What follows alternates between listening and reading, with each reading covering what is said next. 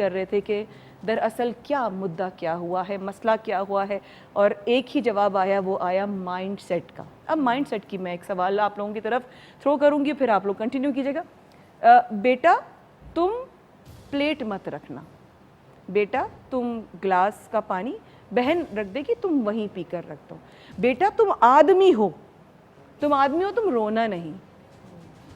اب اگر بیٹا خاندانی ہوگا تو ماں جیسی تمام عورتوں کی قدر کرنے والا بنے گا, اور اگر بیٹا غیر خاندانی ہوگا یا ماں باپ کی تربیت میں کوئی کمی رہ جائے گی یا مائنڈ سیٹ اپ برنگنگ میں کچھ کمی رہ جائے گی, تو پھر وہ ہر عورت کو گوشت کی چیز یا ایک موقع سمجھ کر ہڑپ لے گا. کیا کہیں گے؟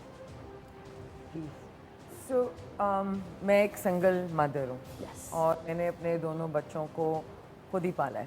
کریکٹ. اور میں نے کیونکہ یہ خود فیل کیا تھا بڑے ہوتے ہوئے, میں لڑتی تھی بہت زیادہ اپنے ماں باپ سے. امی تو میری بیچاری سویٹ سی ہیں, لیکن ابو بہت سخت مزاج کے تھے.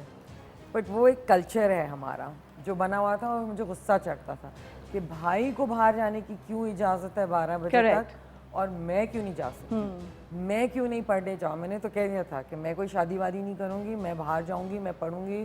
تو ابو نے کہا کہ تمہیں میرے پاس پیسے نہیں, تمہیں اسکالرشپ لینی پڑے گی. تو میں اسکالرشپ لے کے آئی, کیونکہ مجھے اس چیز سے بہت نفرت ہوتی تھی. یہ جو الگ الگ رولز بنائے ہوئے تھے, گھر کے اندر شروع ہوتی ہے. کریکٹ. اور آج کا آپ کے بڑا اخبار ہے, اس کے اندر بہت اچھا آرٹیکل ہے اس کے بارے میں کہ آپ اپنے ہی گھر کے اندر قید ہو کے رہ جاتے ہیں. تو جب آپ ویلیوز سکھاتے ہیں کہ بیٹا آپ چوری نہ کرو, بیٹا آپ نے کسی کا دل نہیں دکھانا, تو آپ کے ویلیوز دونوں کے لیے ایک ہوتے ہیں, یہی ہوتی ہیں, مگر آپ ان کو چینج کر دیتے ہو. آپ بیٹے کو ایک اور درجہ دیتے ہو اور بیٹیوں کو ایک اور درجہ دے دیتے ہو, اور وہ آلریڈی فیل کرتی ہیں یہ چیزیں. تو آپ کو دونوں بچوں کو ریز کرتے ہوئے جب آپ ان کو ایکولی ریز ہی نہیں کر رہے, تو وہ تو آلریڈی آپ کا بیٹا فیل کرے گا کہ میرا زیادہ پاور ہے. اور پاور از دا پلے جو کہ وائلنس کے اندر جا کے خواتین پہ, بچوں پہ جا کے بعد میں نظر آنا شروع ہو جاتا ہے. اور میں یہ نہیں, اور میں ایک اور چیز بھی بولوں گی, let's not be unfair to the man. ہم کیا کرتے ہیں, اس کی ذمہ داری ہے کہ کما کے لائے اور سب کو کھلائے. اب اتنا بڑا بوجھ بھی آپ اس پہ ڈال رہے ہو, اور آپ آدھا آپ کی کنٹری ہے جو کہ کام نہیں کرے گی, تو کیا بیکاز باہر کے ملک میں سب ملٹی ٹاسک کرتے ہیں. ہم بھی یہاں بیٹھے ہیں, مایا میں نے بھی بچے ریز کر لی ہیں اپنے, میرے دونوں گریجویٹ ہو گئے, کہ دونوں چیزیں آپ کر سکتے ہیں, بلکہ عورتیں ملٹی ٹاسک بہت اچھا کرتی ہیں. کریکٹ. تو بائی ڈیفالٹ وہ ملٹی ٹاسکرز ہوتی ہیں. آپ کو پتہ ہے کہ 60% women in this country graduate کرتی ہیں, کام نہیں کرتی گریجویشن کے بعد, اور ماں باپ ان کو اس لیے پڑھاتے ہیں کہ ان کے میرج پراسپیکٹس اچھے ہوں. Bright students, can you imagine, bright students marriage کے لیے ان کو پڑھاتے ہیں کہ میرج پراسپیکٹ اچھے نکلیں گے. یہی نہیں کہ وہ آگے جا کے کچھ بنیں گی, ملک کے معیشیات میں کام ہوگا, اس میں اضافہ ہوگا. نو.